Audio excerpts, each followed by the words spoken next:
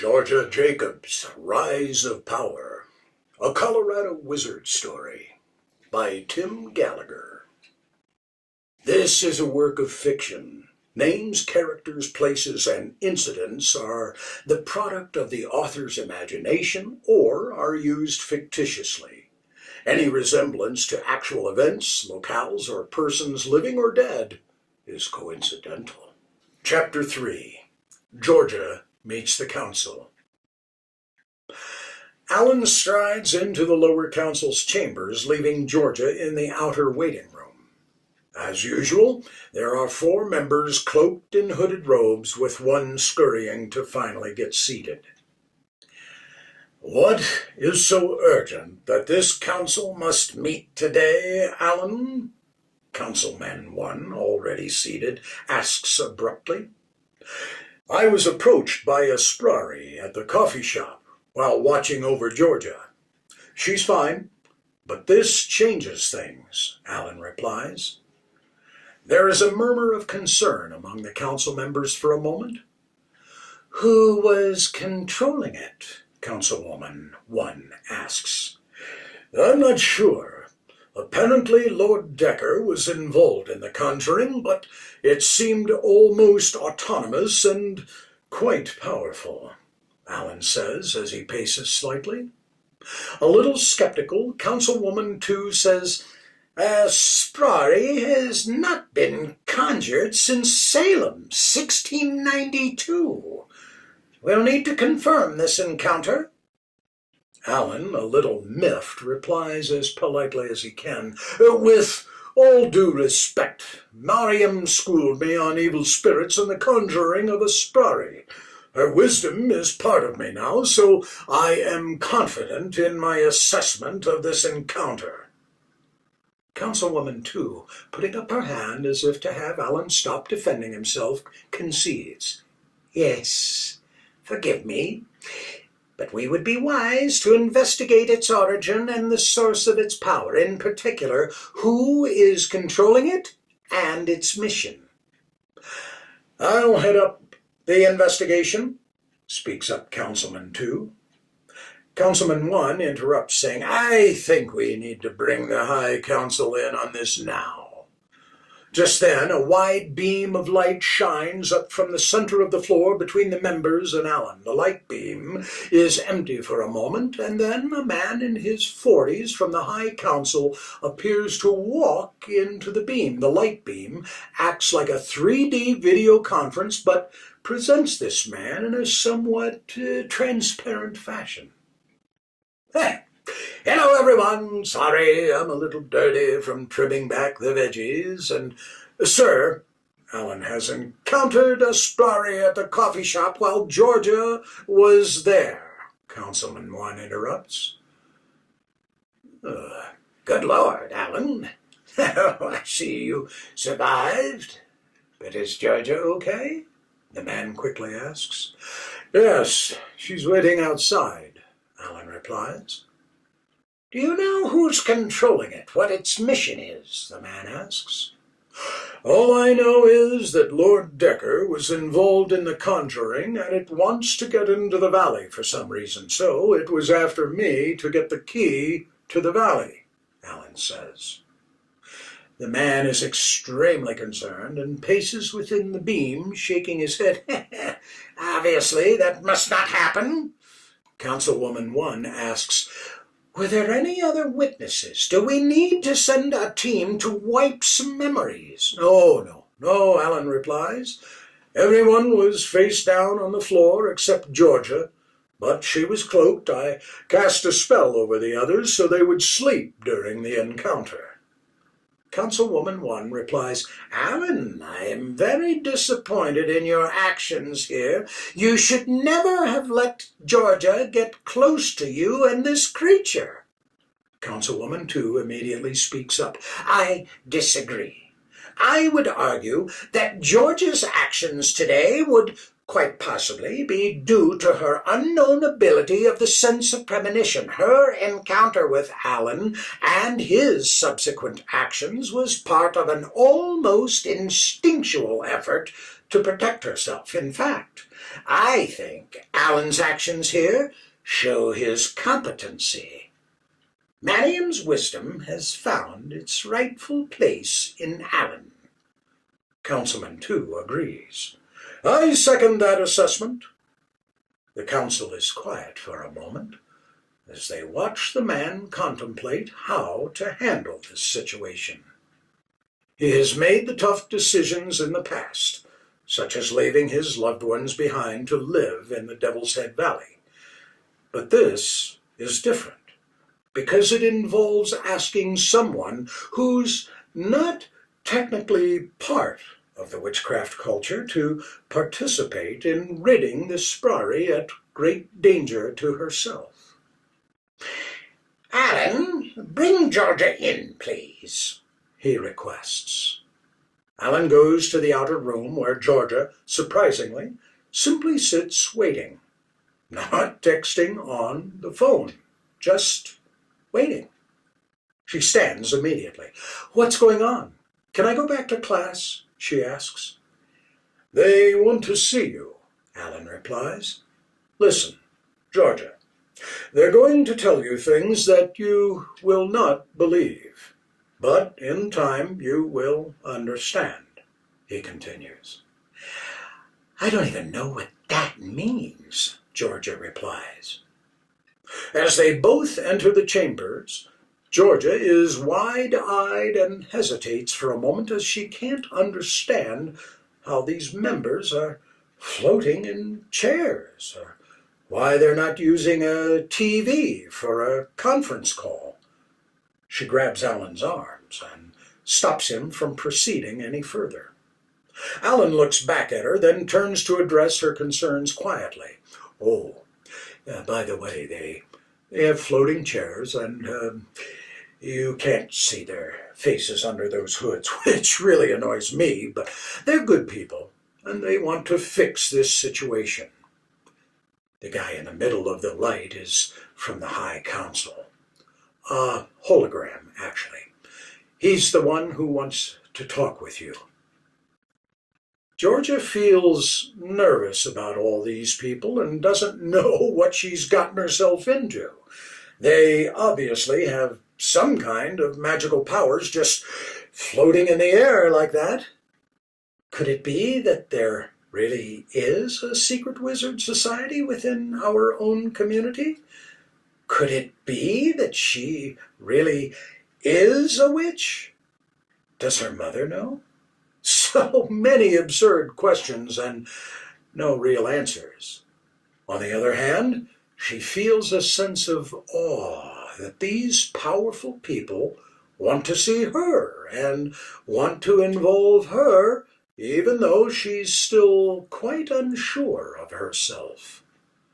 She has to find out more about them before she can make a better decision.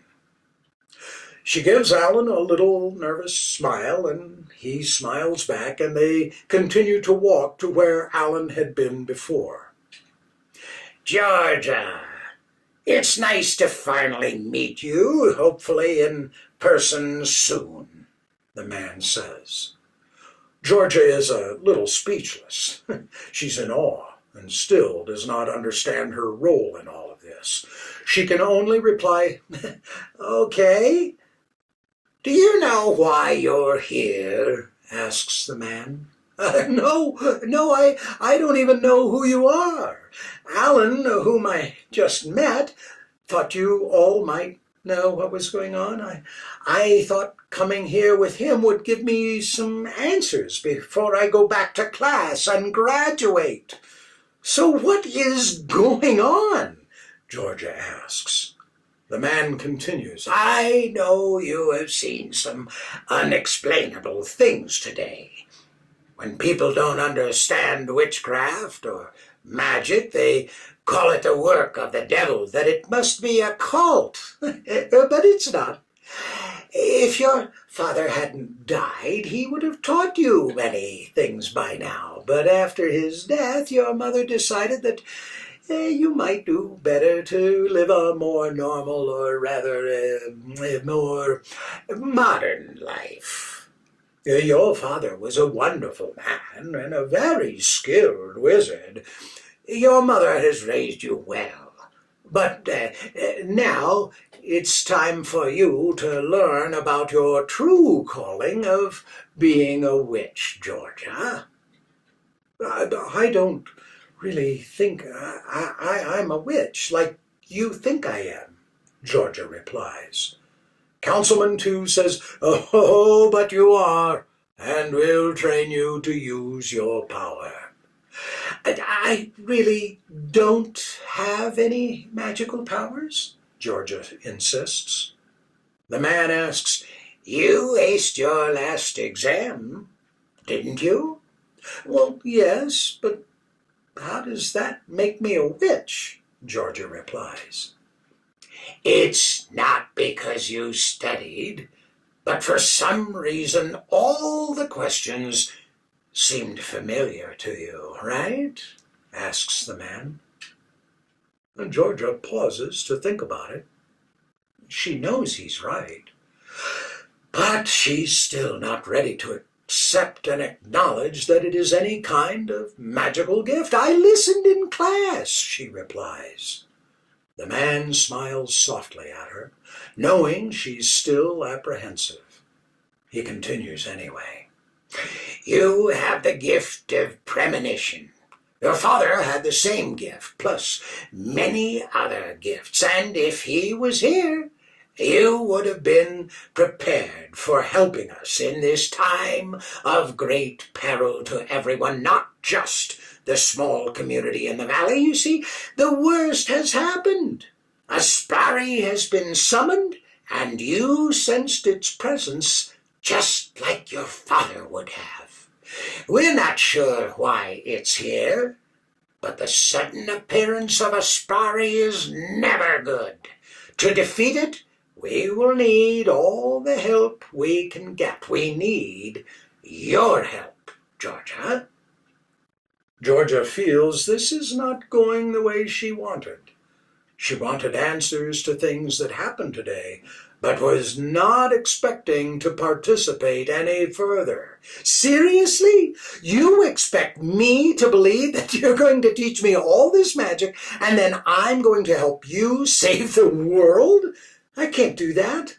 I won't do it," Georgia exclaims. There's an uncomfortable silence in the chamber while Georgia stares at the man, who contemplates his next move.